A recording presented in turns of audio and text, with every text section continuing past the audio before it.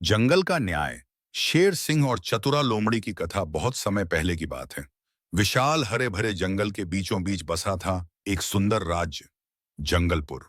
यहाँ पेड़ों की शाखाएं आपस में बातें करती थीं, नदियां गीत गाती थीं और हवा फूलों की खुशबू लेकर हर जीव को सहलाती थी। इस जंगल का राजा था शेर सिंह, बलशाली, पराक्रमी और वीर। लेकिन समय के साथ साथ वह थोड़ा कठोर और स्वार्थी होता जा रहा था। जंगल के जानवर उसकी इज्जत करते थे, पर डरते भी थे। किसी की हिम्मत नहीं थी कि उसकी आज्ञा का उल्लंघन करे।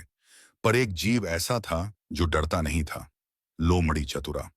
उसकी आंखों में साहस था, दिमाग में चतुराई और दिल में सच्चाई।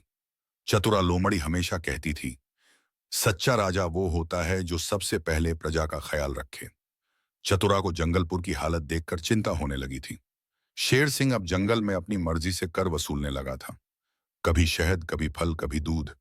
कुछ भी उसकी ख्वाहिश होती, जानवरों को देना पड़ता।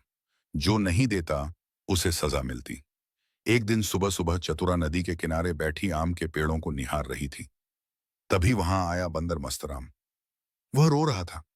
चतुरा ने पूछा, क्या हुआ मस्तराम? शेर सिंह ने मेरे केले ले लिए और बोले कि ये कर है। मेरे पास अब खाने को कुछ नहीं। तुम अकेले नहीं हो मस्तराम, अब बहुत हो गया। किसी को तो इस अन्याय के खिलाफ खड़ा होना होगा। मस्तराम ने चौंक कर पूछा, तुम खड़ी होगी उसके सामने? हाँ, अब वक्त आ गया है जंगलपुर को एक नया न्याय दिलाने का। राजमहल, जो कि एक बड़ी चट्टानों के बीच बसा था, वहां दरबार लगा था। शेर सिंह बड़े रौब से अपने सिंहासन पर बैठा था। दरबार में हाथी बाबा, बगुला पंडित, गीदड़ गप्पू जैसे वरिष्ठ प्राणी बैठे थे। तभी प्रवेश हुआ चतुरा लोमड़ी का। सभी चौंक गए। कोई लोमड़ी शेर के दरबार में ऐसे आ जाए, और वो भी बिना डर के। महाराज, शेर सिंह, चतुरा बोली। मैं आपसे एक प्रश्न पूछने आई हूँ। तुम्हारी हिम्मत कैसे हुई प्रश्न करने की? जब प्रश्न अन्याय के खिलाफ हों तो हिम्मत खुद ब खुद आ जाती है। दरबार में सन्नाटा छा गया। शेर सिंह की आंखों में क्रोध था, लेकिन वह जानता था कि चतुरा की बात को नजरअंदाज नहीं कर सकता था। उसने कहा, मैं जंगल का राजा हूँ। मेरा हर आदेश कानून है। तुम हो कौन जो मुझे मेरे कर्तव्यों का पाठ पढ़ाने आई हो? आप राजा हैं, यह सच है, लेकिन राजा का पहला धर्म है न्याय। यदि राजा अन्याय करेगा तो जंगल भय से भरेगा ना कि सम्मान से। हाथी बाबा ने धीरे से कहा, महाराज, चतुरा की बात में कुछ तो सच्चाई है। आजकल प्रजा डरी हुई है। क्या तुम सब भी उसके साथ हो? बगुला पंडित बोला। राजा का काम डर से नहीं, धर्म से चलता है महाराज। शेर सिंह एक पल के लिए मौन हो गया, लेकिन फिर उसने कहा, ठीक है, अगर तुम्हें लगता है कि मैं अन्यायी हूं तो प्रमाण लाओ। यदि चतुरा सच्चे प्रमाण लाए तो मैं स्वयं विचार करूंगा, लेकिन यदि झूठ निकली तो उसे सजा मिलेगी। स्वीकार है? चतुरा ने बिना डरे कहा। मैं 7 दिनों में आपके सामने पूरे जंगल का सच लाऊंगी। दरबार से निकलकर चतुरा जंगल में निकली। उसे अपने उद्देश्य की गंभीरता का एहसास था। यह सिर्फ बहस नहीं थी, यह पूरे जंगल की आजादी का प्रश्न था। चतुरा ने सबसे पहले बंदर मस्तराम, तोता टिकू और खरगोश झपकू को बुलाया। हमें पूरे जंगल में जाकर सबकी बात सुननी है, चतुरा बोली। हमें जानना है कि किस किस पर अन्याय हुआ है।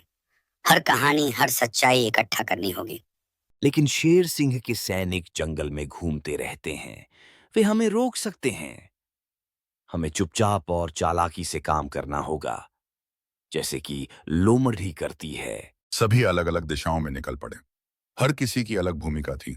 मस्तराम पशुओं से बातें करेगा, टिकू तोता पेड़ों की शाखाओं से नजर रखेगा उधर। हाथी बाबा अपने मन में उलझे हुए थे। वे बुजुर्ग थे, जंगल के सबसे अनुभवी प्राणी। उन्हें भी कई बार शेर सिंह के क्रोध का सामना करना पड़ा था, लेकिन वे हमेशा मौन रहे। उन्होंने चतुरा के साहस को सराहा, पर उन्हें चिंता थी, क्या जंगल में अब भी सच बोलने की जगह बची है? 7 दिनों बाद चतुरा सभी जानवरों जिनके साथ अत्याचार हुआ उनको लेकर सभा आई और बोली, मैं कोई विद्रोही नहीं, मैं जंगल की बेटी हूँ। मैं चाहती हूँ कि इस धरती पर हर जीव बिना डर के सांस ले। यदि ऐसा करना अपराध है तो मैं अपराधी हूँ।